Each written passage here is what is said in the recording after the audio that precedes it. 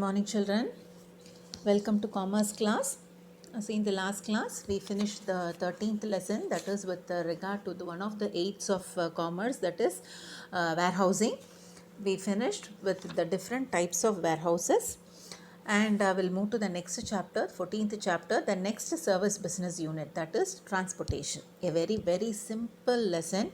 Okay, even if I do not take this chapter, you'll be able to understand the content of the lesson. So easy the topic is. First, let us understand what is transportation and what does the service business transportation facilitate.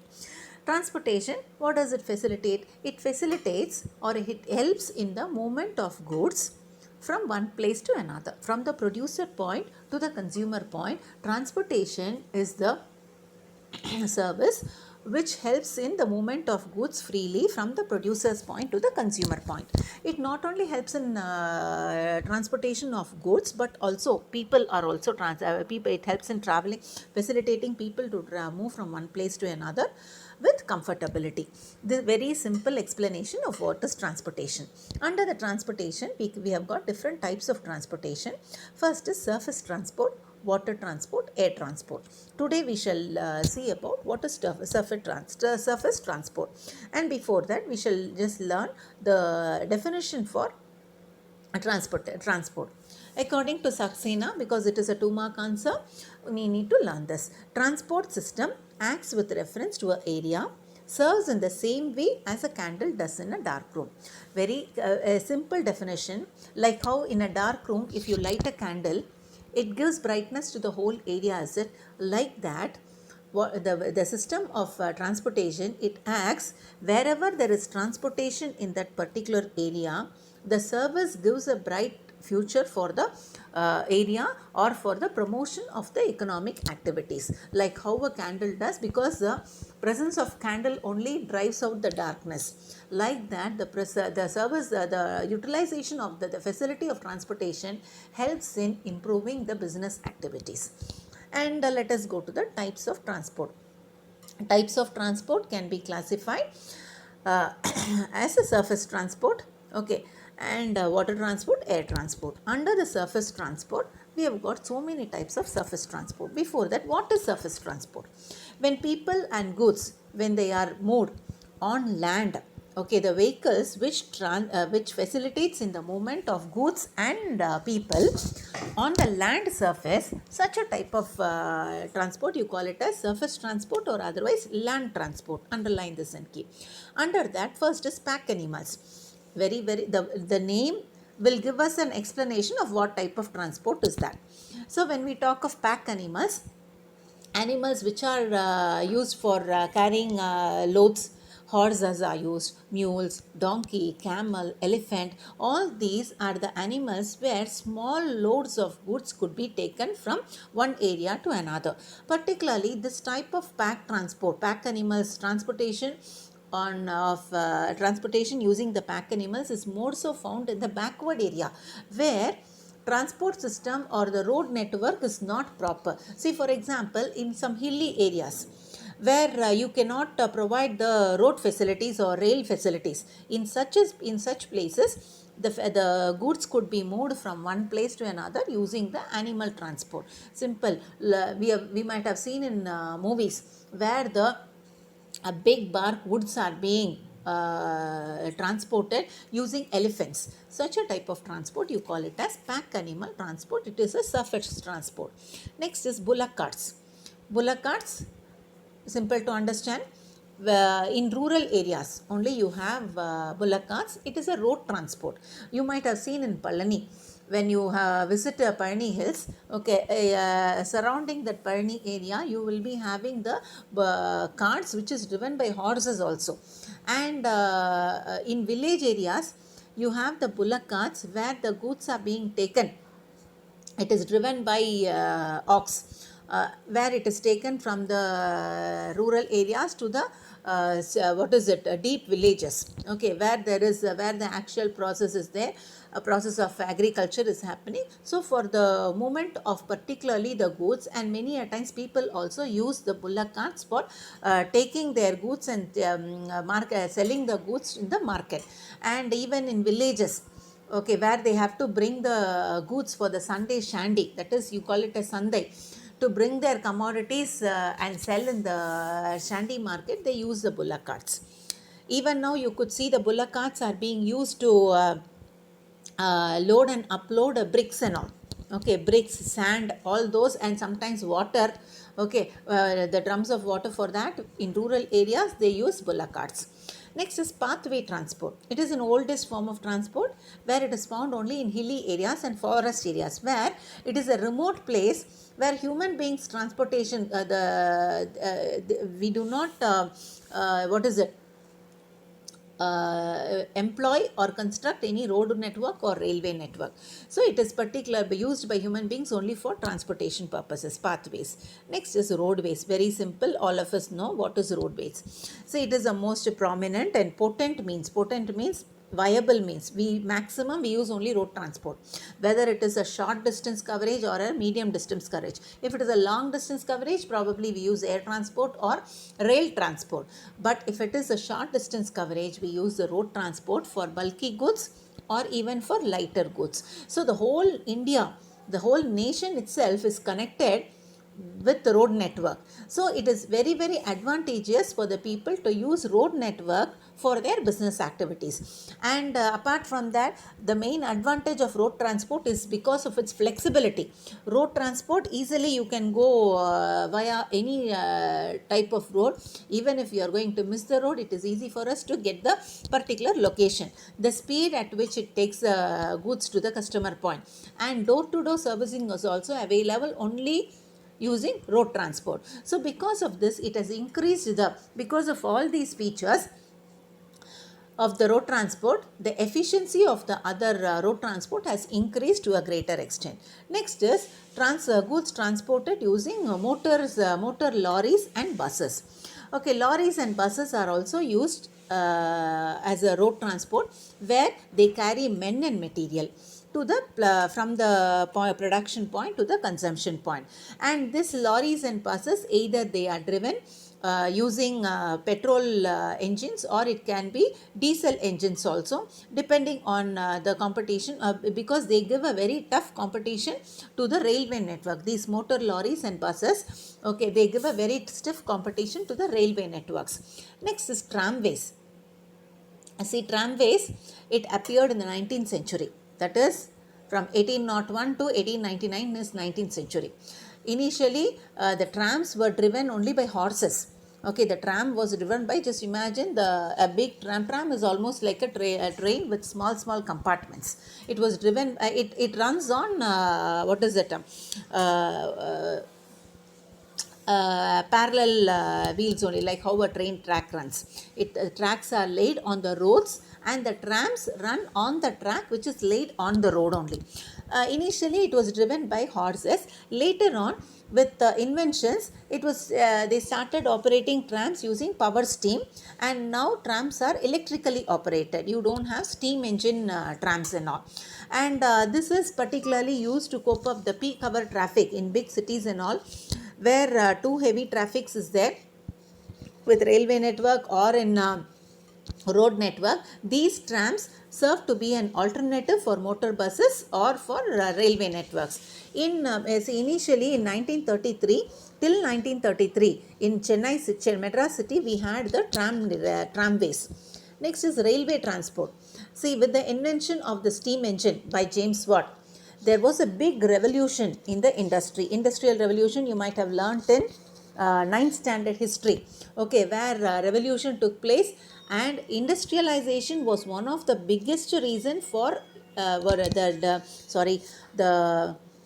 invention of steam engine, and was brought a very big revolution in the industrial sector. As a result of that, productivity increased to multifolds only because of the invention of steam engine. Because of the invention of steam engine, transportation facility was improved. When transportation was improved, industrial sector has started gaining a very good prosperity. And railway network. A railway network is the very apt or the most organized form of transportation all throughout the world rather. See, when you talk of Indian Railways, we are one of the biggest railway networks when we compare the whole world as such. Apart from that, railway transport is one of the cheapest as well as quickest means of transport for carrying heavy goods over a long distance. Okay, you are able to move heavy goods, okay, over a long distance only through railway network at a very economical rate rather. And particularly railways, they give essential public services because it requires huge outlay. There will not be private entrepreneurs to come forward to run the railway network. As a result of that, it is a public sector undertaking. See this brown box, it gives us the information that Indian national wide network, it is the fourth longest network, railway network, when we compare the whole world as such. And we have got the state owned Indian railways also, the southern and apart from that, it is divided on a regional basis: southern railways, northern railways, eastern railways, and western railways. And the rail route, the length of the railroads is approximately about, it covers 65,000 kilometers in India. Just imagine how much coverage or reachability would be there for the rail network.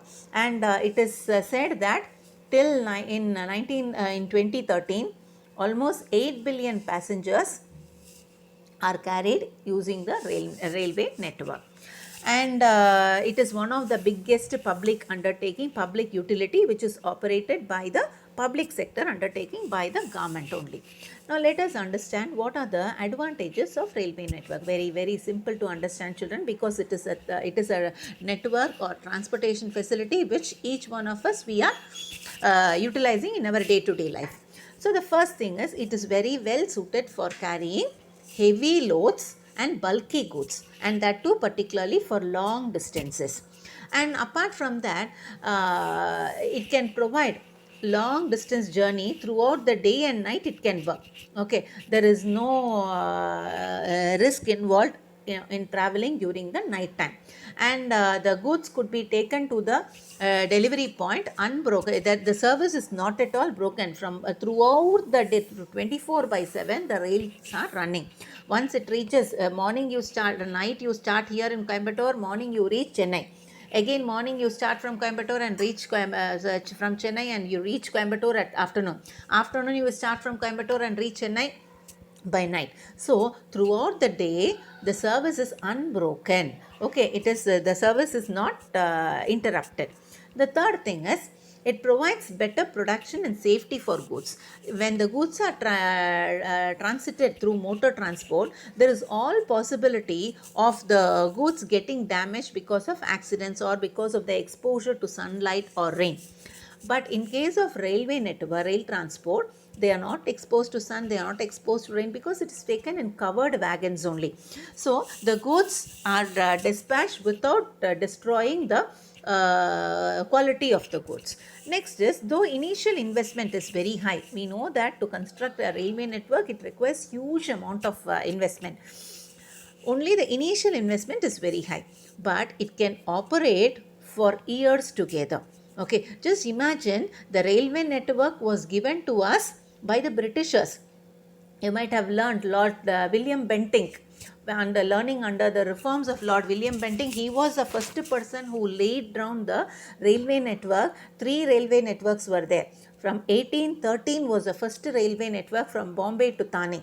So like that, just imagine what is the years of how many years, for decades, for centuries it has been working with the same sturdity. So railway network, it requires only initial investment, but later on the operating expenses will be very low only when compared to the other transportation system. So in the long run, we will be able to, once you invest heavy amount of money in railway network, in the long run you will be able to recover the cost of investment at a very fast rate, because of its wide coverage, and you are able to also provide with a cheaper means of transport. Next is, and not only cheaper means of transport, you are able to take the goods at a very high speed also. And next is, it has a very regular timings. Okay, throughout the day it is available. You just look into the scheduled timings. There is no deviation from the scheduled time. The departure time and the arrival time, everything is as per the schedule only. It is only the thing is we need to plan according to the schedule of the train. At the max, there will be delay, few minutes delay here and there, only during the time of uncertainties, when there is any natural calamity or bad weather only, these the regularity is being interrupted because of that. Next is, it provides unaffected service, whether it is rainy day or a shiny day. Okay, during the services are not interrupted. So sorry, these are the advantages of railway network. Now coming to the disadvantages. First thing is, relatively very high amount of money has to be spent than the motor transport. Motor transport, it doesn't require this much amount of money. It could be operated by more number of entrepreneurs. Okay, see, the 1,000 entrepreneurs can provide the service. They can individually provide the motor service. But when we take rail transport, it will be done only by a single entity. Okay, and the investment is also on the very high side only. Next is, it is not flexible. I have to plan my destination and time only according to the scheduled time given by the railway department. And not only that, there is a set route also. Okay, from Coimbatore to Chennai, we know the route is route as such, but if I have to go to a place which doesn't fall in the route, I have to take another mode of transport to reach my destination. Because so we say that it is not flexible. It cannot be flexible also. Next is, in rural areas, it cannot offer adequate traffic because of uneconomical cost operating. See, for example, in rural areas where there is no railway network, okay, they have not provided railway network because considering the size of the population in that particular rural area. So because when the population is very less, when the number of people who use the railway network is very less, in such a case the cost of operating will be very high for them. Next is, it requires a very heavy investment for installation of tracks, maintenance, and apart from that, it's fair increases when the amount of money that is spent on investment and installation of the tracks and maintenance of all the network in a proper way. Because of these reasons, they are forced to increase the fares for the ultimate users. If a railway network is not fully utilized, if the wagons and coaches are only half empty, definitely it will be a very big financial burden for the railway industry. Suppose imagine, if in the recent days after the corona, no, when the railway network was open, there were many people who did not use the railway network. Instead, they preferred traveling individually in their car, even to distant places. Because of the fear of corona, the railway network was operating with less number of passengers. If that is the situation, the cost of running the railway network will be very high, but the cost of revenue that is obtained because of the railway network will be very low. So as a result, it will amount to to a heavier extent. Financial burden will be there for the railway department. And next is, under the surface transport, the recent trends which has happened in the railway and the surface transport is metro rail.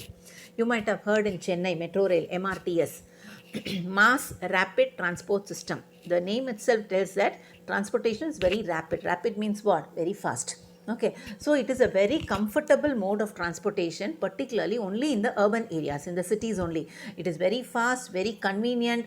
For every 20 minutes you have a train. Okay, and it reaches your destination at a very fast speed. Very heavy investment is being introduced into that for the construction, and you have to construct subway, or tubes are to be constructed, undergrounds have to be constructed. The platforms for that also will be in underground only. And particularly this, I think many of you might have visited Chennai and all, you might have seen this metro rail flying in a very it is almost like traveling in some foreign country. Our network is like that. Next is monorail. You could see in the picture what is a monorail. Just a second. See, you could see in this picture what is a monorail. In the center, see, on either sides you have tracks. Okay, two set of wheels are there. On top you have a rail to balance the train. This monorail, it is almost like a train only, but instead you have two set of wheels there, which is being balanced by the train track. Okay, I think looking at the picture you should be able to understand. And when some monorails, no, they utilize magnets, okay, to have to reduce the friction between the track and the train. They use magnets for reducing the friction and for smooth transportation. The first monorail, it was invented in the 19th century. Next is the bullet train. Bullet train, huh? Yes, okay. Next is bullet train. Bullet train, the name itself is self-explanatory. It is a high-speed train where the railway, it is operated significantly faster than the traditional rail traffic, and it integrates all the specialized features of the rolling stock, dedicated track, everything is there. But this operation of this bullet train is found in Japan from 1964. Japanese have been using this bullet trains. I think in recent years, if I remember, for the 2 years back, there was a bullet train which was taken for a pilot survey in Mumbai. These are high speed trains. Normally they operate on a standard gauge track. Continuously welded trains are there. Next is pipeline transportation. See, pipeline transportation network, it is underground pipelines where pipelines are laid beneath the ground. And what could be supplied using the pipelines? Only crude oil, refined petroleum, fuels, natural oil, natural gas, biofuel, everything will be transported using the pipelines. And it include even other fluids. Suppose, for example, drainage, that is also underground pipeline only. The sewage, the slurry, the water pipeline, that is also it means water is being transported from one place to another using the water pipeline. So pipelines transport is used for liquid commodities and natural gases also. Next is conveyor transport. All of us know what is an lift, escalator, elevators. Okay, and escalators are there in big malls and all. You might have seen these escalators operate using the conveyor belts. Okay, where 2 or 3 pulleys are attached, and it is attached using a continuous rope. Okay, and the wheel keeps on moving where the loops keep on circulating in a definite path. As the loops keep on moving, loops keep on rotating, the escalation of the steps are there, and immediately it goes to the other side, and again it comes back to the position. You might have seen in malls and all the escalators, and in recently it is a very common phenomenon. And apart from that, you might have also seen in the airports, where the our suitcases are being put in the conveyor belts, and it keeps on rotating, and a circular loop is there, where when we stand in one place, our baggages come to the place where we are standing, and we'll be able to take our baggages from there. Next is ropeway transport. Ropeway transport, I could give you the example of, see, it is nothing but transporting men or material by lifting, using the device called as lifting. It is almost like the work of a crane rather. See, for construction purposes, people use this rope transport, and particularly when in hilly areas where it is remote, where it is not possible, when you have to reach hilly areas where the altitude is very high, and the construction of the roadways or railways is very difficult. In such situations, this ropeway transport system helps in the movement of men and material. One clear example what I could say is, in Palani you might have seen the rope cars. Rope cars only are used apart from apart from men, even material are also taken using the rope cars. And apart from that, you have the a train, okay, which climbs that is again using conveyor belts only, those trains run. Okay.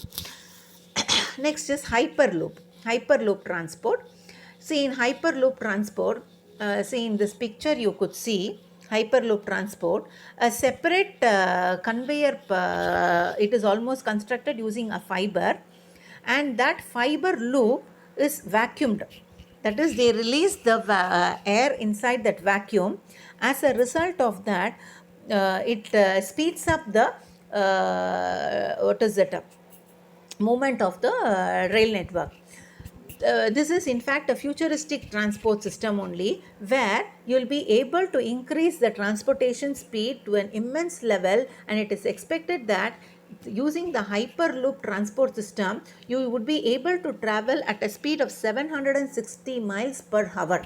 Just imagine, in 1 hour you'd be able to travel 760 miles rather. So a vacuum loop is created, and inside that loop the high speed train is being run. This type of transportation, you call it as hyperloop transport.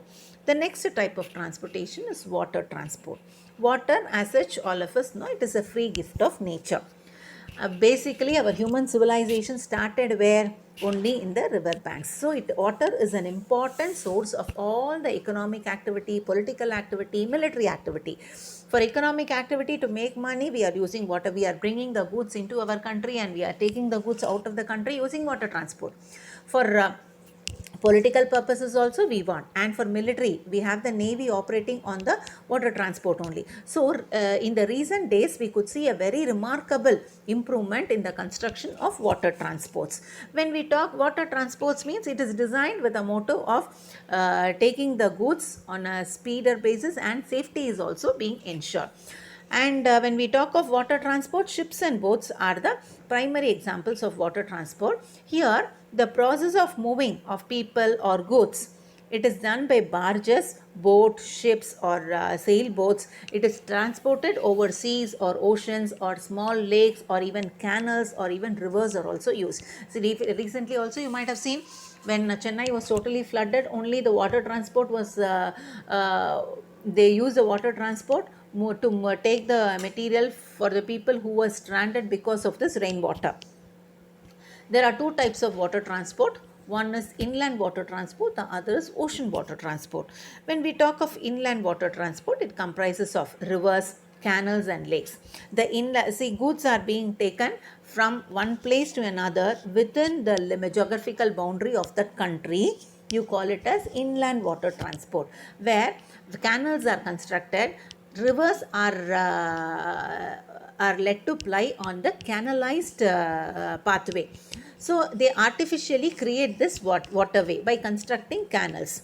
And the small boats and steamer boats could be operated on the rivers. So goods could be transported from one place within the country to, or within a particular state, to the same some other place in the same state, where that place could be connected with with canals. These are man-made waterways. It helps in particularly these canals, they help in navigation. Apart from that, for irrigation purposes also these canals help. First thing is, advantages of inland water transport is, it is the cheapest mode of transport, because when compared to the other types of transport, it is the cheapest mode of transport, and the goods are taken smoothly. There is no shaking, there is no jolting, because no waves are there, no tides are there, so there is no jolting or shaking during the time of transit. Even fragile goods like glasswares or earthenwares could be taken without causing any damage to the commodity. Apart from that, it is very much suitable for taking heavy loads, where taking heavy loads on road transport requires huge amount of power consumption. What is fuel consumption, that could be minimized in case of water transport, and it causes very less pollution in the waterways. See, initial investment on the river services could be on the higher side, but maintenance is very cheap when compared to the road transport or the rail transport. The disadvantages of the inland transport. The disadvantages is, it is a very slowest means of transport. Okay, you can never speeden up the speed of the transport, because it has to be taken only through the channelized waterway. As a result, the goods cannot be taken quickly. Safety is one aspect. Cheaper means is an advantage, but it is the slowest means of transport.